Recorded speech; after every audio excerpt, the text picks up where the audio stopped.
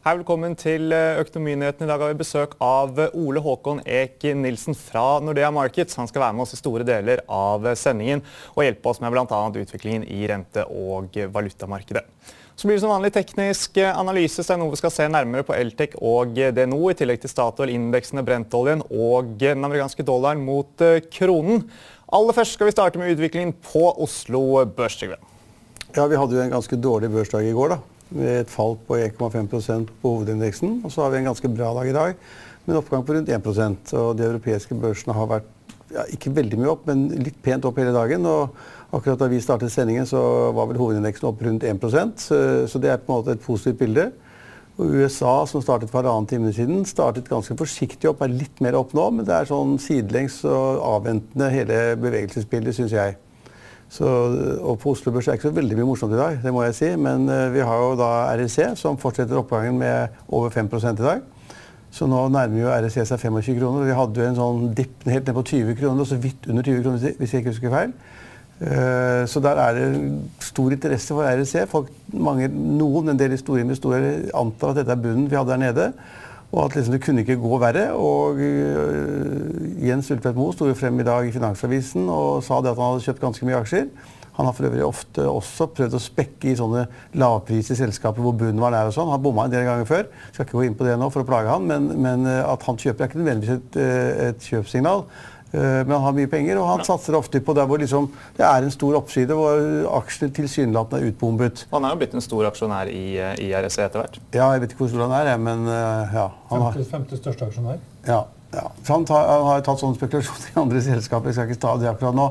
Men det han sier er jo at nå har RSC liksom vært ned mot bunnen, ned mot 20 kroner, og det var bunnen, og nå går jeg inn og håper at vi får en pen oppgang. Og så er det denne berømte investorturen eller meglerturen da, til en fabrikk i USA, hvor da folk skal få se hvor fint det går, og den er vel i dag. Og da får man kanskje da meldinger, regner noen med da, meldinger i morgen og i overmorgen, som da er positive alle sammen, slik at liksom det kan gi litt fart i aksjen. Så det er liksom litt spekulasjon i det, men det har jo gått ganske pent. Det er på den ene siden moroa i dag. Og så er jo oljeprisen på vei opp, og det er på en måte også preget Oslo Børs. Altså selv om det kanskje ikke er den store oppgangen med 1% hittil, så er det klart at når oljeprisen trender oppover opp mot $80-82, 80 for brentoljen, $82 per fat for lettoljen, så er det en pen oppgang i oljeprisen igjen. Det var jo noen som nå fryktet, eller kunne ane, at oljeprisen på en måte var på vei nedover. Akkurat nå ser det ut som den klarer å snu igjen, og at vi har da et prisbilde rundt $80 per fat, og det er egentlig bra for Oslo Børs, så vi ser at Statoil er opp 1% på grunn av det.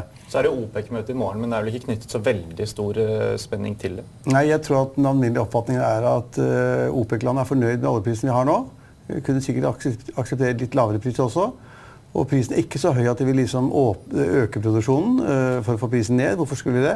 Så jeg tror på en måte at det prisbildet vi har er omtrent riktig. Altså det er kommet noen prognoser som vi har snakket om, som går ut på det at noen tror at etterspørselen etter olje vil øke, ikke mye, men bitte litt grann i år i forhold til i fjor. Og at verdenshandelen vil ta seg opp, og at det økt BNP-vekst i de viktige landene og så videre vil føre til økt etterspørsel etter olje. Det er sånn anybody's guess, tror jeg, akkurat nå, men prisbildet er slik at folk er fornøyd med det. Så det kommer ikke til å skje noen ting på det OPEC-møtet, det er jeg rimelig sikker på.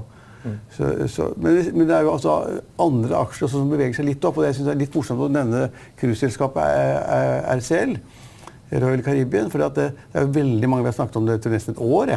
At det er veldig mange som liksom sier at det selskapet var utbombet. Det er verdens nest største. De har en utrolig fin flåte av skip, har god ledelse.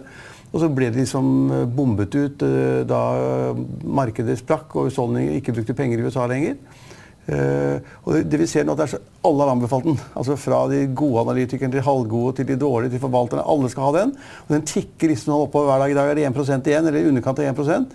Og jeg tror at det skal veldig mye til for at den aksjen på en måte brekker ned igjen. Fordi at liksom det er så mange som vil ha den, så har de porteføljen, ser en upside på både 100 og 200%. Vi husker jo før jul så var jo Hermaner ute og sa at den aksjen skulle opp bare 500% av seg nå. Og han har gjentatt tipset sitt nå. Jeg så han opp på aksjedagen på BI. Sa det samme igjen, ja. I forrige uke. Han ble spurt om hva som var hans favorittaksje.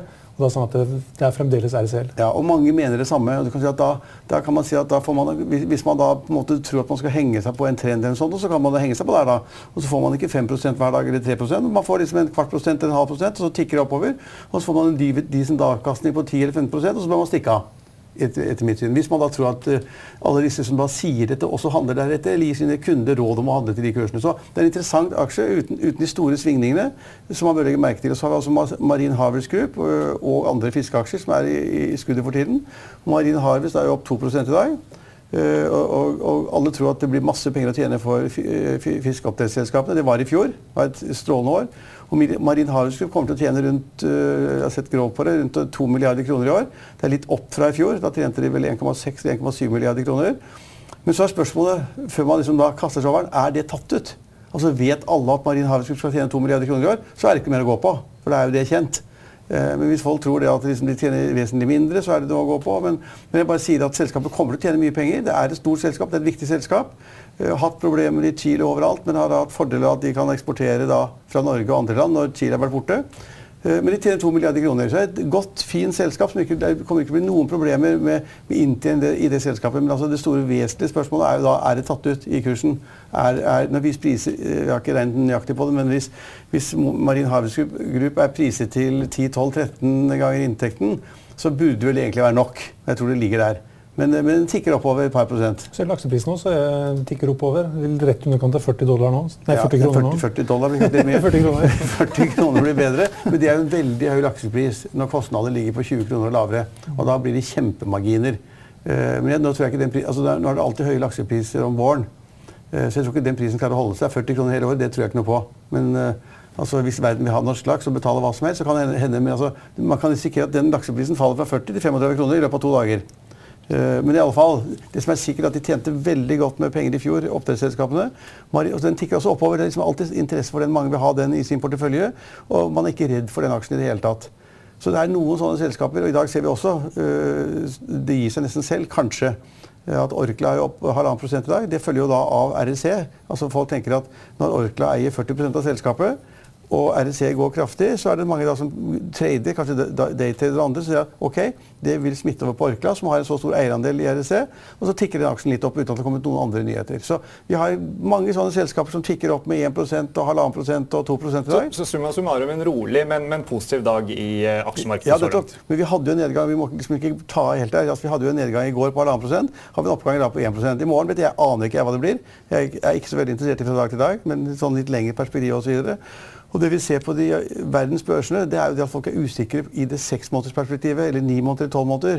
Altså man trader hver dag, og så litt opp og litt ned og sånn, og i Europa er det liksom usikkert om fremtiden. I Norge er det litt usikkert, og i USA er det veldig usikkert. Men akkurat i dag så tikker alt litt oppover, men i morgen så kan det tikke akkurat den andre veien. Og alle vil da si at, ja, det ante meg liksom, det var det jeg tenkte meg, eller sånn, og sånn er makrobildet, sånn blir det. Så jeg vil si at det er en ålreit dag, og så hvis man hele tiden skal gjøre noe ut fra en sånn dag, så må man finne de selskapene hvor noen ser ut til å alltid ville være for tiden. Og så får man ta med seg noen prosenter uten å bli rik og uten å doble en sånn, og så får man hoppe av.